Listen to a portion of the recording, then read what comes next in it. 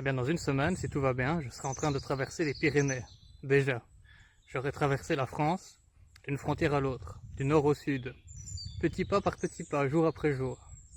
J'aurai découvert ce pays de par ses paysages, bien évidemment, mais aussi en allant à la rencontre des gens.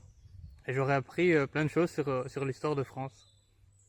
Par exemple, vous vous souvenez peut-être qu'en Argonne, dans un cimetière, je rencontrais un homme qui m'a expliqué plein de choses sur l'histoire de la région, et notamment que si on retrouve des clochers à certaines mairies en France, c'est parce que pendant l'époque Napoléon, les laïcs s'opposaient aux croyants, aux catholiques de cette manière-là. Peut-être que l'expression la bataille de clochers viendrait de là.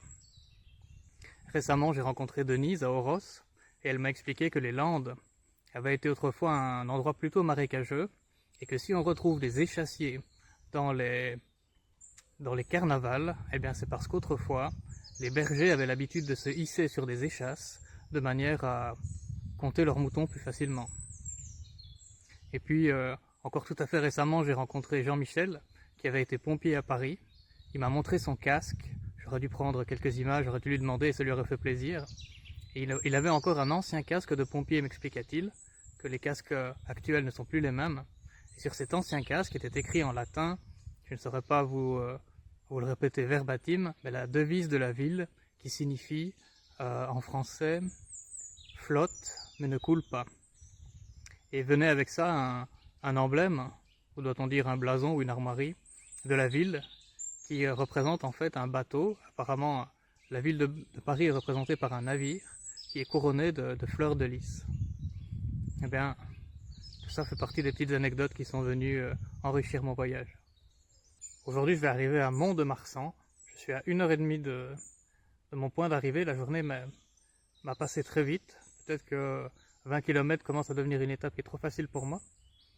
Eh bien, Mont-sur-Marsan, c'est une ville que je regarde sur la carte, sur mon application depuis fort longtemps.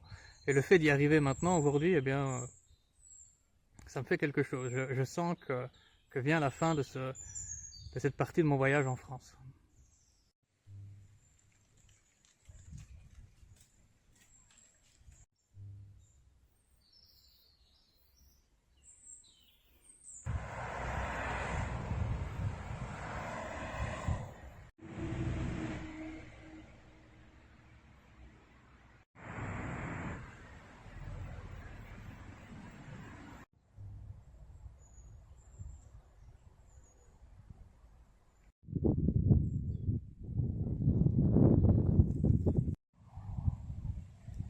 D'après la carte, je suis déjà dans la ville. Mais la voie verte se poursuit néanmoins au travers. C'est très agréable.